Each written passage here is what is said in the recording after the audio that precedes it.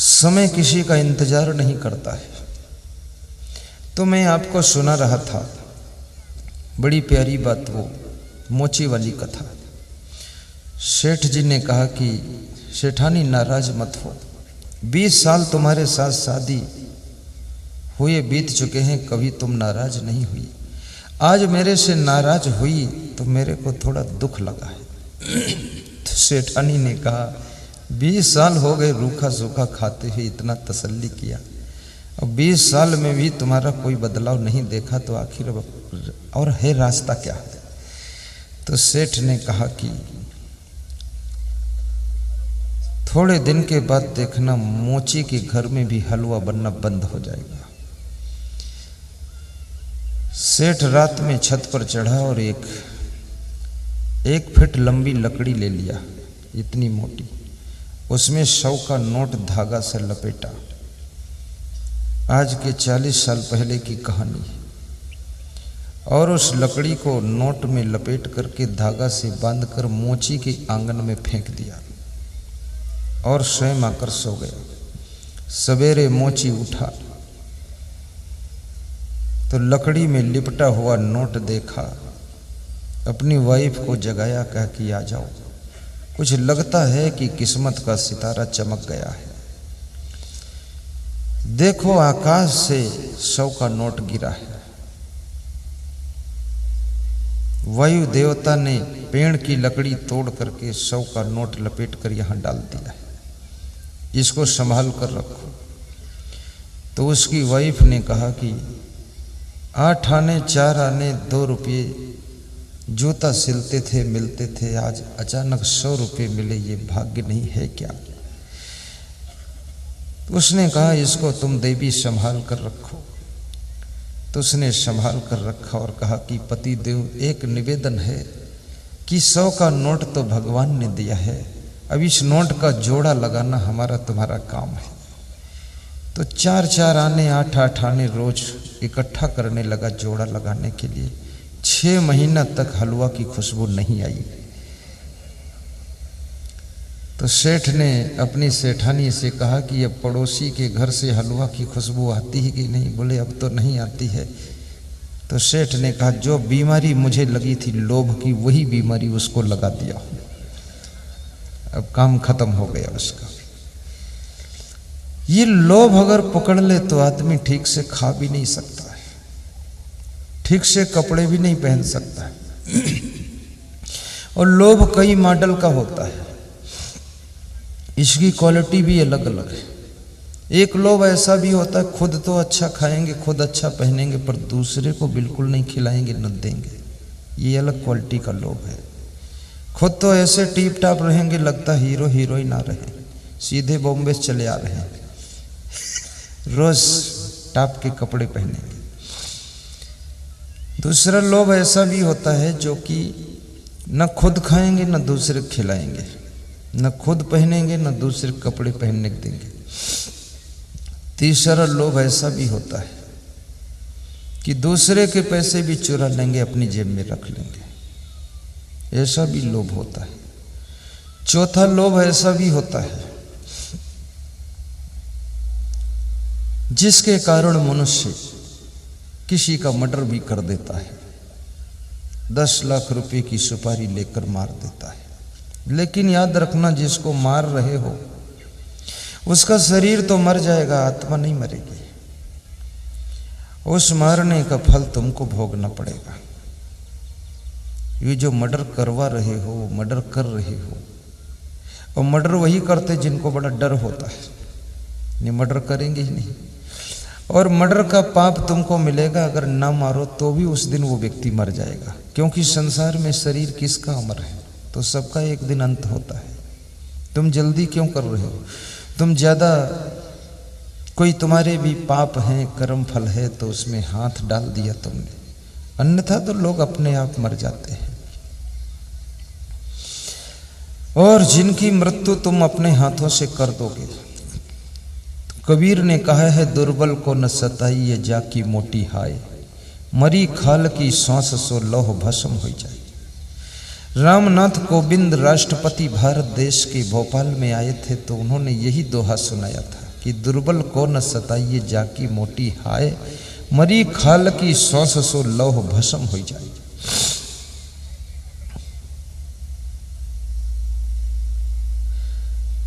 अपनी योग्यताओं का विकास करो, अपने अंदर परिवर्तन करो, अपनी क्षमताओं को सही यूज करो, अपनी जवानी का सही प्रयोग करो।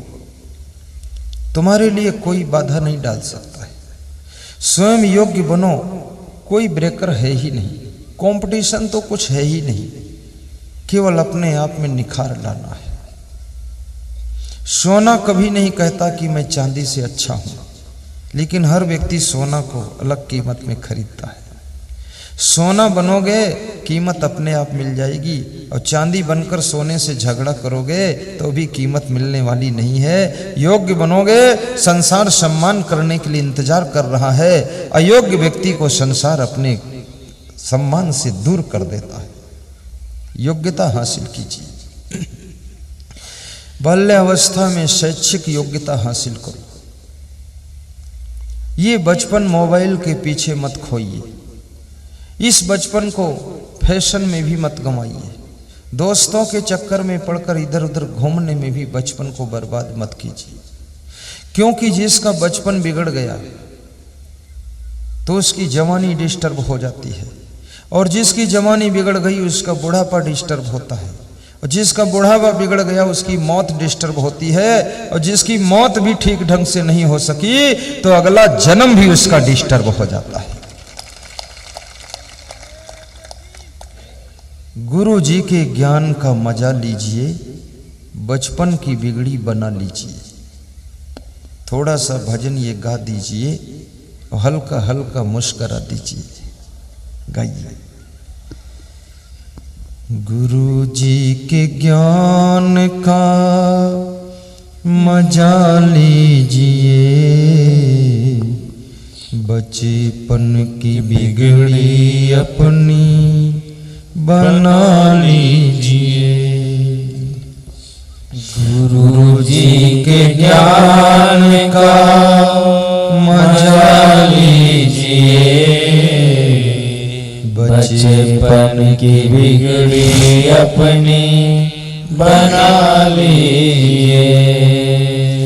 बालापन सब खेल गंवाया, बालापन सब खेल गंवाया, जौन भये गुरु ज्ञान न भाया, जौन भये गुरु ज्ञान न भाया, तीसरे ही पल में संभल जाइए, बचपन की बिगड़ी अपनी बना लीजिए, बचपन की बिगड़ी अपनी बना लीजिए। गुरु जी के ज्ञान का मजा लीजिए, गुरु जी के ज्ञान का मजा लीजिए, बचपन की बिगड़ी अपनी बना लीजिए, बचपन की बिगड़ी अपनी बना लीजिए। काम क्रोध मद लोभ लुटेरा, काया नगर में किए हैं बसेरा। ये काम क्रोध लोभ मोह आपकी काया नगर में बस रहे हैं, और यही आपकी शांति को लूटते हैं। जब क्रोध आता है शांति लुट जाती है, काम वासना का भूत सवार होता शांति लुट जाती है, लोभ आता है शांति लुट जाती है, मोह आता है शांति खत्म। महाराजा धीराज धृतराष्ट्र बहुत अशांत थे मोह के कारण,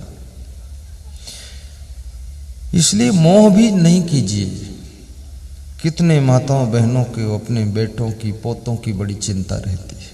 वे कहती हैं कि हमको अपनी तो कोई बात नहीं, लेकिन ये बेटों का ठीक हो जाए सब। और यही बात उनकी माँ भी कहती थी, और यही बात उनकी माँ की माँ भी कहती थी, और यही उनके बाप के बाप भी कहते थे।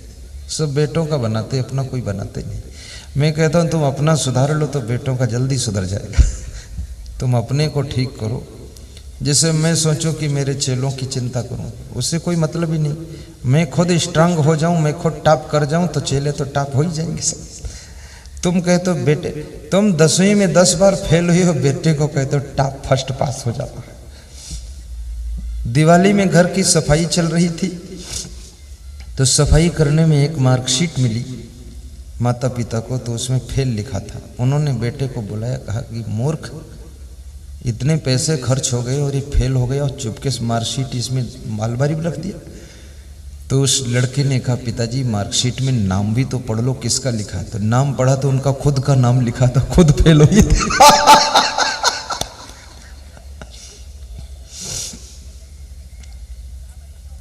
स्वयं को स्ट्रांग करो, फिर बेटों के लिए रास्ता भी खुलेगा। और बेटे की चिंता क्या करना है, किस बेटे के भाग्य में क्या लिखा है किसको पता है। विचार करो, तुम जन्म दे सकते हो, पालन पोषण कर सकते हो, कपड़े पहना सकते हो बचपन में, लेकिन जवानी में प्रवेश होते ही तुम्हारा बेटा क्या बनेगा क्या जानते। कौन जानता था ये कैलाश चावला कैबिनेट मंत्री गृह मंत्री बनेंगे, किसको पता था। बन गए, उनकी मां को भी पता नहीं था। कौन मोदी जी की मां बर्तन मांजती थी, कपड़े धोती थी, पड़ोसी के यहाँ मजदूरी करती थी, उसको क्या ये कभी भी सपना भी नहीं था मेरा बेटा प्रधानमंत्री बनेगा। और उसका बेटा प्रधानमंत्री हो गया, वो उसकी माँ भी जिंदा है और बहुत खुश होगी। वो अर्थ भी शायद ना समझती प्रधानमंत्री होता क्या है, लेकिन उसका बेटा बन गया। अपने बेटे को अच्छे अच्छे संस्कार दीजिए, बस इतना काम तुम कीजिए, उसको बुराइयों से बचाइए। और मैं बेटों से भी कहूंगा, बेटियों से भी कहूंगा, एक पौधा होता है, छोटा सा पौधा, कोमल पौधा। वो पौधा की रक्षा करने के लिए पौधे का मालिक उसके सब तरफ कांटे लगा देता है। कोमल पौधा जब हवा में हिलता है तो कांटों में उसके पत्ते फंसते हैं, और पत्ते फंस करके वो पौधा सोचता है कि मेरा मालिक बड़ा कठोर है, आसपास कांटा लगाया है, मेरे कोमल पत्ते सब फंसते फटते हैं। और मालिक के प्रति उसके मन में थोड़ा सा गुस्सा भी आती होगी। लेकिन अगर वो कांटे हटा दिए जाएं तो छोटे से पौधे की जिंदगी को बकरी खत्म कर सकती है, छोटी सी बकरी उसको खत्म कर देगी। लेकिन वही पौधा जब बड़ा हो जाता है तो कांटे भी हटा दिए जाते हैं, और बकरी तो बकरी, उसी पेड़ में विशाल वृक्ष में हाथी बलवान बांध दिया जाता है, हाथी भी उसको उखाड़ नहीं पाता है, हाथी भी उसको उखाड़ नहीं पाता है पेड़ को। ऐसे बेटे और बेटियों से निवेदन है कि तुम कोमल पौधे हो, माता पिता के अनुशासन के कांटों की बाढ़ तुम्हारे आसपास लगी हुई है, और इस बाढ़ के बीच में तुम हो। तुमको लगता है कि माता पिता इतना टाइट क्यों करते हैं, इतने कठोर क्यों हैं मेरे लिए। लेकिन अभी अगर वे कठोर नहीं होंगे, टाइट नहीं होंगे, अनुशासन नहीं रखेंगे, तो बुराइयों की छोटी छोटी बकरियां तुम्हारे जीवन के कोमल पौधे को नष्ट कर देंगी। और जब तुम मजबूत हो जाओगे, समझदार हो जाओगे, संस्कार प्राप्त कर लोगे, तो बड़े बड़े हाथी जैसे अवगुण भी तुमको हिला नहीं सकेंगे। इसलिए माता पिता का अनुशासन मानना चाहिए।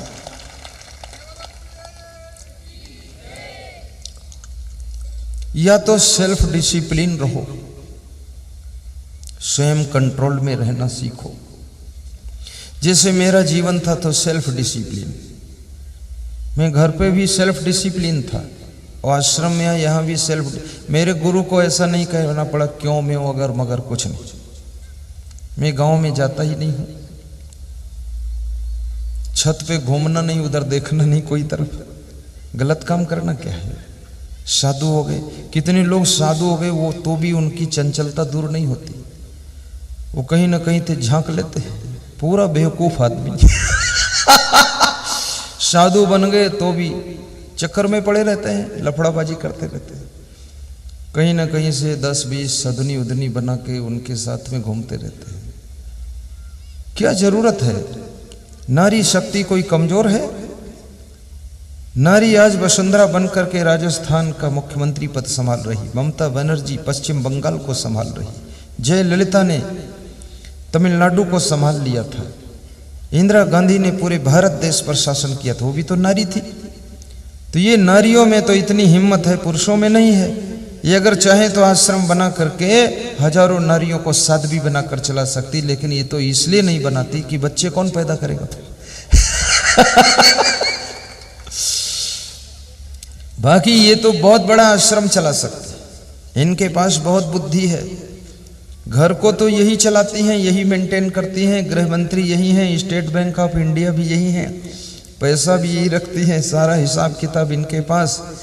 पति तो ऐसा है जो आदेश देती वो कर लाता है, और कहती यहाँ बैठ तो बैठ जाता है। देखो जय बोल रही की बात तो यही है और पति का नाम भी इंग्लिश में हस्बैंड, मतलब पत्नी जब कहे हंस तो हंस, और बैंड माने बंद कहे तो बंद रहो, चुप रहो। ये कोई कम बुद्धिमान नहीं है महिलाएं, बहुत बुद्धि इनके पास, इनको अवसर तो होना चाहिए। और मैं तो कहूंगा कि माताओं बहनों को भी अपनी योग्यता का प्रयोग करना चाहिए। साधारण जैसी जिंदगी मत बिताइए, बहुत कुछ करने के लिए तुमने जन्म लिया है। अपने बेटों को भी ऐसे संस्कार दीजिए कि आपका बेटा महान भक्त बने, महान संत बने। एक बेटा देशभक्त बन करके देश के बॉर्डर पर मिलिट्री में सेवा करे, दूसरा बेटा राजनीति में जाकर के भोपाल में हलचल मचाता रहे, और तीसरा बेटा संत बन करके मेरे जैसा प्रवचन सुना करके लोगों की हलचल को शांत करता रहे, और चौथा बेटा तुम्हारे पैर दबाकर तुम्हारी सेवा करता रहे। कम से कम 4 पुत्र होना चाहिए। महाराजा दशरथ से सीखो, 4 पुत्र थे। और यदि हम दो हमारे 2 का फार्मूला है तो हिंदुस्तान की धरती पर जो जो रहता है सबके लिए यही नियम लागू होना चाहिए। फिर 2 से ज़्यादा कोई पैदा नहीं कर सकता। अगर कुछ लोग 2 से ज़्यादा 20-20 पैदा कर रहे हैं तो मैं तुमको कहूँगा कि 4 तो तुम भी पैदा करना। एक तो साधु भी बनना चाहिए। आज साधुओं की कितनी कमी हो गई है, बहुत कम साधु हो गई, और जो साधु हैं भी उनमें दम कम है। और झूठे साधु तो बहुत है, झूठे साधु बहुत है। खूब लिखता है संत श्री श्री श्री श्री, पूरा सिर्री पागल, झूठा साधु। साधु का अर्थ भी अभी आपको बहुतों को पता ही नहीं है। आप तो सफ़ेद लाल पीले कपड़ा को साधु मान लेते हो, गले में माला पहन ले उसको साधु मान लेते हो, तिलक चंदन लगा ले, जटा जूट बढ़ा ले उसको साधु मानते हो, पगड़ी पगड़ा बांध ले, लफड़ी लफड़ा करे तो भी साधु मान लेते हो, ऐसे वैसे कपड़ा लपेट ले साधु मान लेते हो। ये तुम्हारी भूल है। इसी भूल का परिणाम है कि नकली साधु लोग धुंध मचा रहे हैं। साधु को अंदर से पहचानो, ये ऊपर ऊपर मत देखो। 4 पैर का हर जानवर गाय नहीं होता है, 4 पैर की गधी भी होती है सब ऐसे साधु। रावण साधु का भेष बनाकर आया, सीता जी नहीं पहचान पाई। जटा रख करके तिलक लगाकर माला लेकर ओम नमः शिवाय का जाप करती है, झोली डालकर कमंडल लेकर डंडा हाथ में। ऐसा नकली साधु, जो नकली साधु होता है ना वो असली साधु से ज़्यादा टिप टाप रहता, ठीक से रहता, संभल के। अब मेरे गले में बहुत बड़ी माला नहीं पाओगे, सिर्फ एक माला है छोटी सी, ज़्यादा क्या जरूरत माला की। ये गला कोई भैंस का गला थोड़ी इतना मोटा जंजीर जैसा पहनना है, एक प्रतीक चिन्ह पहनना चाहिए बस। और तिलक भी मेरा माथा पुता हुआ नहीं पाओगे, बस एक बिंदी रख देता हूं। ये भी पता नहीं कबीर बिंदी लगाते थे कि नहीं लगाते थे, तुलसीदास कैसी बिंदी लगाते थे। चाहे जैसी लगाओ, हमें ये पसंद, ये लगा दिया, बात खत्म हो गई। कभी लाल लगा देता हूँ, कभी पीला, कभी सफ़ेद, जो कलर मिल जाए, कलर का कोई लफड़ा नहीं। और कभी नहीं भी लगाता। अरे दिमाग ठीक रहना चाहिए, बिंदी सिंदी हटाओ तुम। चंदन तो इसलिए लगाया जाता है, चंदन शीतल होता है, यानी अपने माथा को शीतल रखो महाराज जी, और कोई बात नहीं, इसमें गर्म विस्फोट मत करना, इसलिए तिलक लगाया जाता है। और चंदन की माला इसलिए पहनी रहती है कि चंदन शीतल और सुगंधित होता है। ऐसे चंदन की शीतल माला पहन करके हृदय में भी शीतलता रहे और आपकी सुगंध फैले, ऐसे कर्म करना प्रभु, इसलिए चंदन की माला पहनी जाती है। और ये सफ़ेद कपड़े इसलिए पहने गए हैं कि इसमें कोई दाग नहीं, कोई रंग नहीं, तो दुनिया का राग रंग तुम्हारे ऊपर असर न करने पाए, इसलिए व्हाइट कपड़ा पहना दिए गए। पगड़ी इसलिए बांध दी गई कि प्रभु तुमको पगड़ी इसलिए बांधी गई है कि धर्म की रक्षा की जिम्मेदारी आपकी है, भक्ति की रक्षा की जिम्मेदारी आपकी है, आपको बहुत संभल कर चलना है।